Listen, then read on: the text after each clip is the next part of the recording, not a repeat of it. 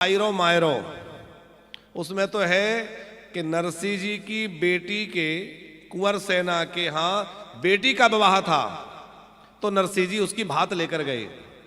कई जगह है कि वो जैसे बेटी के जब गर्भवती हो तो उसके यहाँ पुंसवन संस्कार जो होता है उसमें पिता के घर से कुछ सामग्री जाती है तो वो प्रसंग था।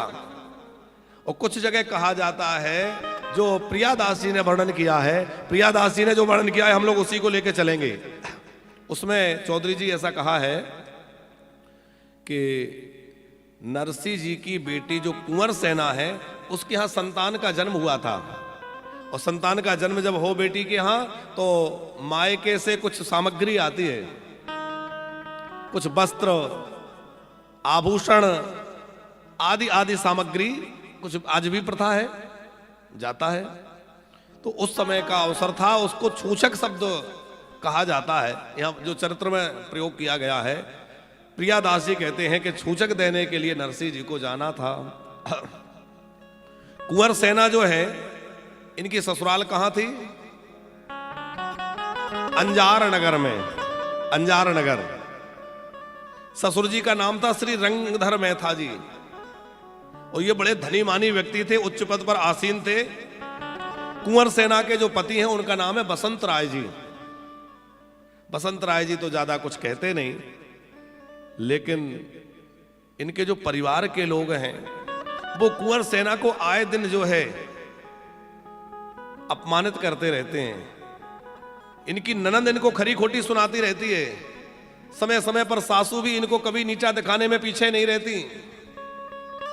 अरे तेरा बाप तो ऐसा है, भिकमंगा है, साधुओं में डोलता रहता है, उसके पास है ही क्या। अब वो बेचारी अपने ससुराल के उन व्यंग वाणों को सुनती रहती थी और किसी तरह समय गुजारा कर रही है। ठीक है कि कुंवर सेना जो है उसकी ससुराल के लोग उसको खूब तंग करते, खूब खरी खोटी सुनाते, क्योंकि गरीबनी की बेटी है।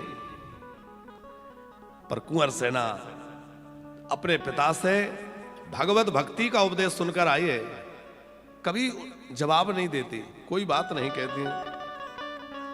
लेकिन जिस समय कुंवर सेना के यहां कोई संतान हुई तो अब वो छूछक लेकर के मायके से आना था, एक उत्सव होना था। जैसे हम लोग दशटोन का उत्सव करते हैं ऐसे मान लीजिए, तो उत्सव होना था। तो कुंवर सेना की सास ने कहा कि देखो सबको बुलाओ पर इसके पिता को मत बुलाना, क्योंकि उसके पास तो कुछ है नहीं। बाबाओं की टोली है, बाबाओं की टोली लेकर आ जाएगा और हमारी हंसी कराएगा, समाज में हमारी हंसी और होगी। क्या मतलब है बुलाने से। पर इनकी जो ननंद थी कुंवर सेना की, उसने कही नहीं नहीं माँ तुम समझती नहीं हो, वो जरूर बुलाओ, क्योंकि हमको अच्छा अवसर मिल जाएगा भाभी को जरा नीचा दिखाने का। देख तेरा पिता क्या लेके आया है, हर समय हम लोग इनको ताने तो दे पाएंगे, बुलाओ अवश्य बुलाओ। फिर रंगधर जी ने भी विचार किया कि यदि मैंने समधी को निमंत्रण नहीं दिया तो कल समाज में बातचीत होगी कि भाई तुमने अपने समधी को क्यों नहीं बुलाया। तो मैं क्या उत्तर दूंगा, लोग कहेंगे कि तुम्हारा समधी जो है विपन्न है, गरीब है, इसलिए तुमने उसको बुलाया नहीं। तो एक ब्राह्मण के हाथों चिट्ठी भिजवाई, पत्रिका, उसमें लिखा जय श्री कृष्णा, श्री नरसिंह मेहता जी को राम राम वंचना। माघ शुक्ल सप्तमी रविवार को छूछक का उत्सव है, आप अपने परिवार स्वजनों के साथ पधारें, यहां कुशल है, आप भी कुशल होंगे, आदि आदि लिख दिया। ब्राह्मण देवता निमंत्रण पत्र लेकर के वो आए, नरसिंह जी का घर पूछते पूछते गए। लोगों ने हंसी करी, अच्छा नरसिंह जी के जाना है? बोले भैया जहां तुलसी के बिरवा लगे हों, तमाम साधु संत महात्मा बाहर बैठे कीर्तन कर रहे हों, जहां जब मजीरा सुनाई दे समझ लेना ये नरसिंह का स्थान है, वहीं पहुंच जाना। बड़े बड़े तिलकधारी, दंड कमंडल सोटाधारी जहां मिल जाए समझ लो ये बाबाओं का स्थान, वही नरसिंह जी का घर है। ऐसा जब कहा, ब्राह्मण देवता ढूंढते ढूंढते नरसिंह जी के यहां पहुंचे। अच्छा, नरसिंह जी के यहां 16 सूरदास रहते थे। सुना है आपने? 16 सूरदास थे जिनको दिखता नहीं। सूरदास माने नेत्र जिनको नहीं थे। और 16 सूरदास जो थे वो नरसिंह जी के साथ रह के भजन करते थे। थोड़ा बहुत जहां तहां से जो प्राप्त हो जाता तो उसी में सब गुजारा करते थे। ठाकुर जी कृपा करते, और भी खूब साधु संत आते, सबकी सेवा होती, पर 16 सूर तो वहीं रहते। कुछ संत आए हुए थे, कुछ 16 सूर वो थे। कीर्तन चल रहा था, ब्राह्मण देवता आए। सबने सोचा कौन आए? बोले मैं कुछ चिट्ठी लेकर आया हूं। तो ब्राह्मणों को लगा कि किसी सेठ के यहां से निमंत्रण आया है। चलो अच्छा है, आज बढ़िया भोजन मिलेगा। नरसिंह जी ने सारी बात जानकर कहा कि सेठ जी के यहां से निमंत्रण नहीं आया है, ये तो हमारे समधी जी के यहां से बुलावा आया है। चलो इसमें ऊपर भगवान का नाम लिखा है, तो ऐसा करते हैं इस निमंत्रण पत्र को भगवान के पास रख देते हैं। अपने ठाकुर जी के पास ही उस पत्र को रख दिया और ठाकुर जी की चरण में उस पत्रिका को रख करके नरसिंह जी तो अपने भजन भाव में लगे रहे। पर साथी महात्माओं ने याद दिलाई कि माघ शुक्ल सप्तमी का दिन कहा गया है और अब दिन बहुत दूर नहीं है। हम लोगों को यात्रा की तैयारी करनी चाहिए, क्योंकि हम लोग नहीं जाएंगे तो हमारी बेटी को बहुत तकलीफ होगी कि हमारे यहां से कोई नहीं आया, लोग उसको लाहना देंगे, हम चलें। नरसिंह जी ने सोचा कि जाना तो है। हाँ, एक और बड़ी प्यारी कथा है कि जो वो ब्राह्मण निमंत्रण लेकर आए थे उनके लिए भोजन का प्रबंध नहीं था। तो भोजन का प्रबंध नहीं था, अब वो तो रूखा सूखा संत महात्मा जो था पा लेते थे, पर ब्राह्मण आए हैं, इनका बढ़िया सत्कार नहीं हुआ तो क्या कहेंगे जाकर। नरसिंह जी थोड़े चिंता कर रहे थे, अपने प्रभु को याद किया और नरसिंह जी कहीं कुछ व्यवस्था में चले गए। तब तक ठाकुर जी आ गए और ठाकुर जी जब पधारे तो ब्राह्मण देवता को ऐसी रसोई पवाई जो जीवन में उन्होंने कभी पाई ही नहीं थी। बड़ी अद्भुत रसोई पवाई, खूब दक्षिणा देकर विदा किया। ब्राह्मण जय जयकार करते हुए बोले, भैया नरसिंह के यहां जो स्वागत हुआ वो आज तक कहीं हुआ ही नहीं। अद्भुत। अब नरसिंह जी जाने की तैयारी करने लगे तो पूरे नगर में घूमे कि हमारे साथ चलो, अंजार नगर जाना है, पर कोई तैयार नहीं हुआ। क्यों? लोगों ने सोचा कि ये तो भिखमंगा है, इसके पास कुछ है नहीं, ये क्या लेकर जाएगा। और जब इसके पास कुछ नहीं है तो हम अपनी हंसी कराने इसके साथ क्यों जाएं? ये तो बाबाओं की टोली लेकर जाएगा। कोई भी तैयार नहीं हुआ। धनी लोगों के अनेक लोग सहायक बन जाते हैं, लेकिन निर्धन से अपने खास लोग भी मुख मोड़ लेते हैं। अनेकों रिश्ते बनते हैं जब धन पास में होता है, लेकिन एक बात ध्यान रखना कि धन पास होता है जब तो संसार के बहुत लोग आपके आगे पीछे घूमेंगे, बहुत संबंध जुड़ेंगे बनेंगे, लेकिन धन नहीं होता और संसार मुंह मोड़ लेता है तो हमारा कन्हैया नाता जोड़ लेता है। वो कहता है अब तो मैं नाता जोड़ दूंगा। बस हमारा भाव वहां जुड़ा हो, हम अभाव की ओर ना देखें, हम उस भाव से जुड़ जाएं तो वो अभाव ही हमारे लिए भक्ति का जो वरदान है वह भंडार खोल देगा। कोई भी नगर भर में इस बात के लिए राजी नहीं हुआ कि हम साथ चलेंगे। सबने कहा कि अपने जाति के लोगों को ले जाओ। अब जाति तो नरसिंह जी की महता है तो पूरे ब्राह्मण वही थे, पर अपनी जाति से मतलब क्या था वहां संकेत? अपने साधुओं को ले जाओ जिनकी सेवा में दिन रात लगे रहते हो। इन्होंने सोचा कि ठीक है, मैं अपनी जाति के लोगों को ही लेकर जाऊंगा, पर जाने के लिए कुछ तो चाहिए। तो कुछ तो साधन चाहिए, तो साधन ढूंढने के लिए गाड़ी, बैलगाड़ी, पूरे नगर में घूमे, भैया कोई बैलगाड़ी दे दे। पर धन्य है इस संसार की रीति कि निर्धन का सहायक कोई नहीं होता, निर्धन के सहायक तो केवल ठाकुर जी हैं। नरसिंह जी को किसी ने बैलगाड़ी भी देना स्वीकार नहीं किया। एक उनका कोई पुराना मित्र था, उन पुराने मित्र के पास गए तो अब वो सीधे सीधे मना नहीं कर पाया, तो उसने क्या कहा, घर के पीछे एक बैलगाड़ी खड़ी है, बैल तो मेरे पास नहीं है, गाड़ी रखी है, पर कई दिनों से खड़ी है, देख लो यदि चल जाए तो ले जाओ, क्योंकि वो चलने लायक थी ही नहीं। तो उसने मना भी नहीं किया और अलग दूसरे ढंग से बात को कह दिया। नरसिंह जी ने जाकर देखा, टूटी फूटी गाड़ी जगह जगह से हिल रही है, पहिए टेढ़े मेढ़े हो रहे हैं। सोचा कि चलो कोई बात नहीं, इसी से काम चलाएंगे। किसी से बैल मांगे, उसने बूढ़े बैल दे दिए, जो बैल अब चलने लायक नहीं थे, जिनके दांत भी घिस चुके थे, खाने लायक भी नहीं थे, ठीक से कुछ खा नहीं पाते थे, कमजोर हो चुके थे। अब वो कमजोर बैल चलने लायक तो थे नहीं, उनसे खुद तो चला नहीं जाता, वो गाड़ी हाँक कर क्या चलेंगे। लेकिन वही दे दिया। नरसिंह जी ने उन्हीं को जैसे तैसे खड़ा किया। सब महात्माओं से कहा भाई हाथ लगाओ, इनको खड़ा करो। अब वो बूढ़े बैल, टूटी गाड़ी और सामान क्या रखा। तो यहां प्रियादास जी ने लिखा है कि चले गाड़ी टूटी सी, उभय बूढ़े बैल जोरी, पहुंचे नगर छोरे दोजे कहीं जाए के, सुनत ही आई देखी मुँह पेराई फेरी, दाम नहीं एक तुम कियो कहा आए के। चले गाड़ी टूटी सी, ओ भाई बूढ़े बैल जोरी, पहुंचे नगर छोरे दोजे कहीं जाए के, पहुंचे नगर छोरे दोजे कहीं जाए के। क्या लेकर चले? अपने 16 सूरदासों को बिठा लिया। चलो भैया, राधे श्याम सीताराम गाते हुए हम लोग चलेंगे। अब 16, देखो कितनी बढ़िया यात्रा है।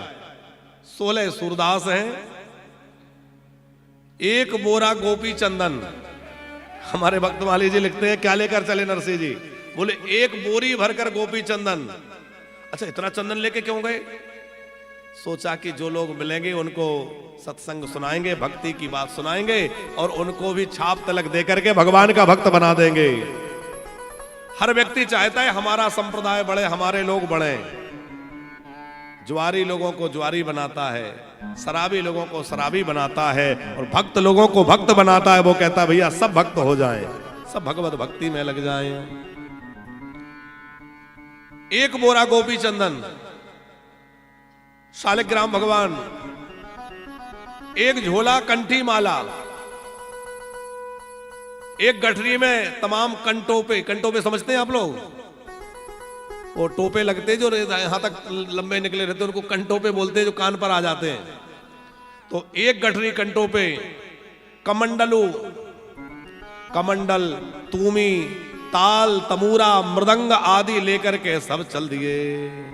गांव के लोगों ने जब उस यात्रा को देखा तो खूब हंसी उड़ाई।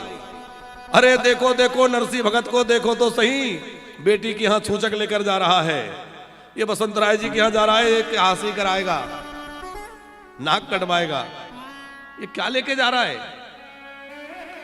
लोग तरह तरह की बातें करने लगे। गाड़ी चरमर होती हुई चल दी। अब चरमराती हुई गाड़ी चल रही है और बड़ा प्यारा चरित्र में वर्णन है कि कहीं कोई गड्ढा आया। कुछ दूर ही पहुंचे थे, बैल बेचारे लड़खड़ा के जैसे तैसे चल रहे थे।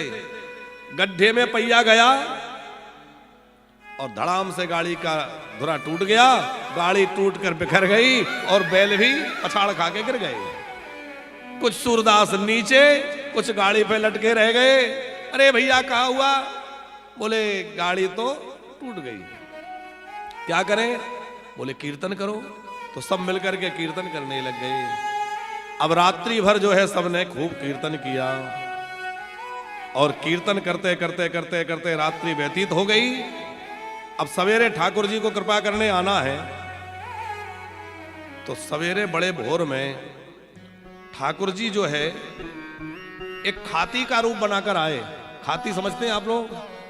जो लकड़ी का काम पहले करते थे, आजकल उनको कारपेंटर बोलते हैं हम लोग। बढ़ई, वो सब औजार लेकर के, अरे कोई दरवाजा बनवा लो, चौखट बनवा लो, ये ऐसे आवाज लगाते। सूरदासों ने कहा नरसिंह जी सुनो, लगता है कोई खाती जा रहा है, आवाज लगाओ।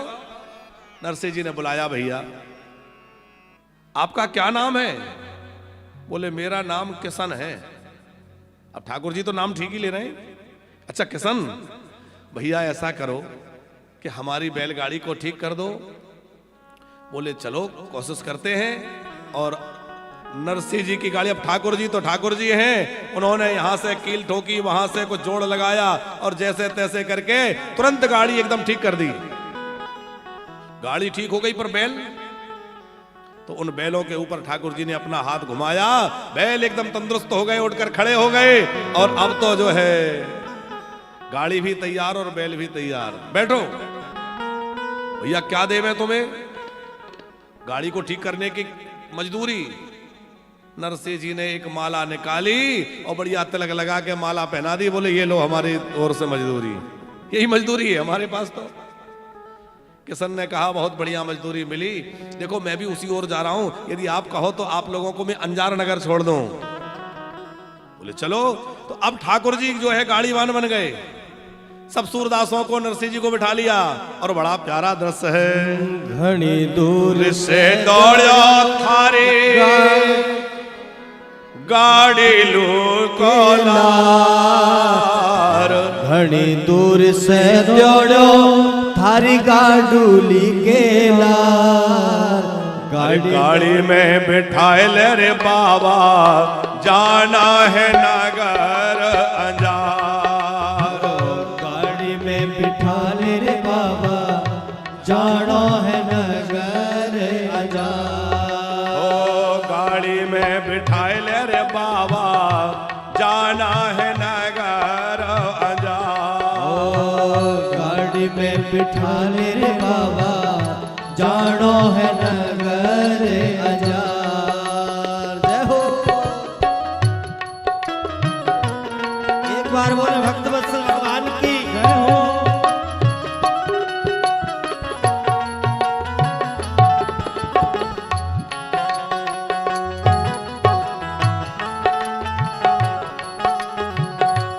मीठी मीठी ताली बजाते हुए राधे राधे।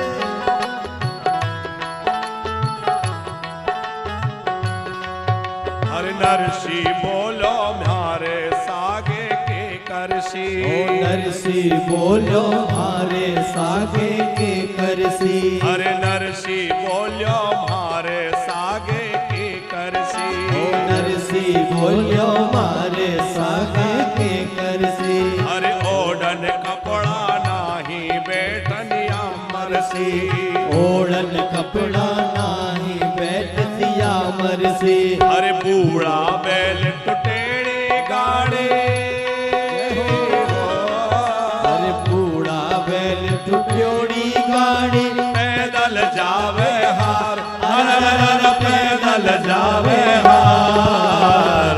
गाड़ी में बिठाए ले रे बाबा, जानो है नगर अंजार। ओ गाड़ी में बिठा ले रे बाबा, जानो है नगर अंजार। और घड़ी दूर से जोड़ो थारे गाड़ोली को लार, गाड़ी लूको लार।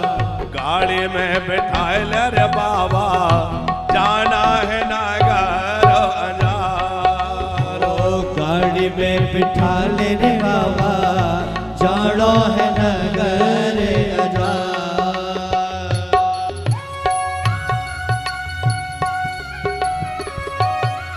सावरिया सेठ की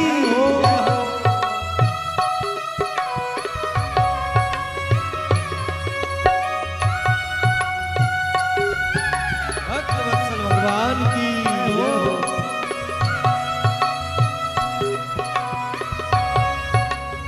जय हो।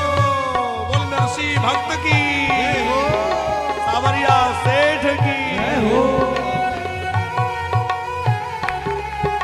अब बड़े प्रेम से गाड़ी चल रही है और संत मार्ग में मिलते गए, और वो संत भी कहते हैं भाई हम भी चलेंगे।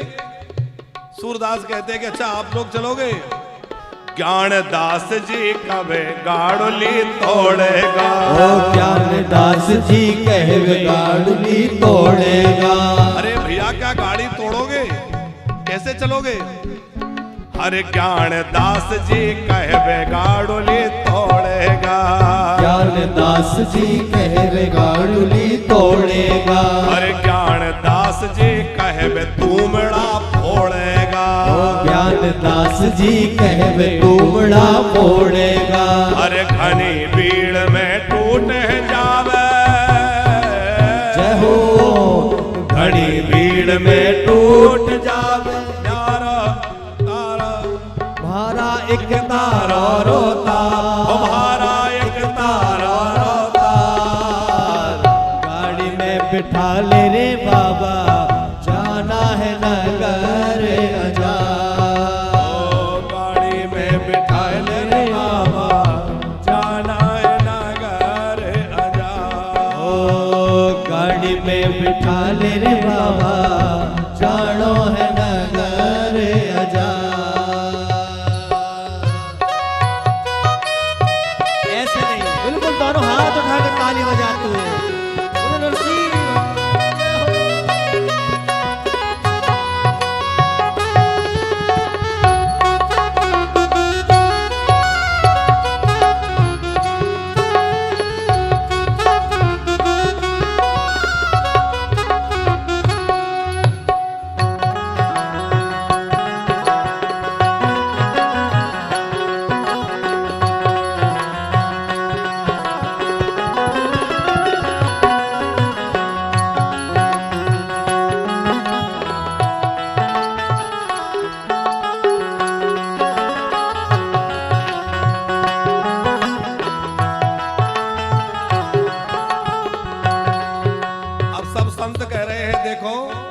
अरे भाई हम लोग भी इस उत्सव में चलेंगे, हम भी इसका आनंद लेंगे।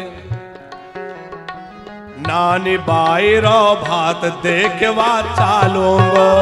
नानी बाई रो भात देखवा चालूंगो। ओ नानी बाई रो भात देखवा चालूंगो। नानी बाई रो भात देखवा चालूंगो। ओ पूर्ण पावलो थाली में भी डालूंगो। पूर्ण पावलो थाली में भी डालूंगो। हर दो ये 4 दिन चोखा चोखा। ओ 2-4 दिन चोखा चोखा। जीवो जीवनवा अरर जीवन जीवनवा। गाड़ी में बिठा ले रे बाबा, जानो है नगर अजार। गाड़ी में बिठा ले रे बाबा, जानो है नगर अजार। अरे तू जोड़े गाड़ी भी आज विमान बनी। अब वो टूटी सी गाड़ी विमान की तरह उड़ने लगी, क्योंकि ठाकुर जी चला रहे हैं। और संतों को बिठालकर ठाकुर जी ने जब गाड़ी हाँकी तो गाड़ी कैसे चल रही है पंकज जी? जय हो। अरे तू चौड़ी गाड़ी भी ये आज विमान बनी। चौड़ी गाड़ी भी आज विमान बनी। ओ नरसी गावे भजन सुनो खुद श्याम घड़ी। नरसी गावे भजन सुनो खुद श्याम घड़ी। नरसी जी झूम झूम के भजन गा रहे हैं, सब संत कीर्तन कर रहे हैं और ठाकुर जी मुग्ध होकर उनके भजनों को सुन रहे हैं और गाड़ी हाँक रहे हैं। नरसी गावे भजन सुने खुद श्याम धनी। नरसी गावे भजन सुनो खुद श्याम घड़ी। सूर्या सगला पीठ तपे। अरे सूर्या सगला पीठ तपे। जीव तोरे मोट्योया। अरे जीव तो मोट्योला। ओ गाड़ी में बिठाए ले रे बाबा, जानो है नगर अजार। गाड़ी में बिठा ले रे बाबा, जानो है नगर अजार। ओ घड़ी दूर से दौड़ो, घड़ी दूर से दौड़ो, घड़ी के गेला गाड़ू ले गेला। गाड़ी में बिठा ले रे बाबा, जानो है नगर अजार। गाड़ी में बिठा ले रे बाबा, जानो है नगर अजार। ओ जानो है नगर अजार। जानो है नगर अजार। बोले नरसिंह नरसी भक्त की। बड़ी अद्भुत यात्रा है, ठाकुर जी ने रथ हाँका और ठाकुर जी उस गाड़ी को ऐसी विमान की तरह बना दिए और अंजार नगर पहुंचा दिए। ठाकुर जी ने कहा अब हम चले, अब आप लोग जाइए, ये सामने ही अंजार नगर है। नरसिंह जी चले, बड़ा अद्भुत वहां सूचक भरने का प्रसंग है। अब हम लोग कल की कथा में उसको श्रवण करेंगे कि किस प्रकार नरसिंह जी के लिए ठाकुर जी सावरिया सेठ बनकर पधारे और सेठ बनकर के किस प्रकार ठाकुर जी ने अद्भुत लीला करी है, कैसी कैसी व्यवस्था हुई है। जरा आनंद, कल की कथा बहुत प्यारी है, आप सब लोग उसका आनंद लेंगे।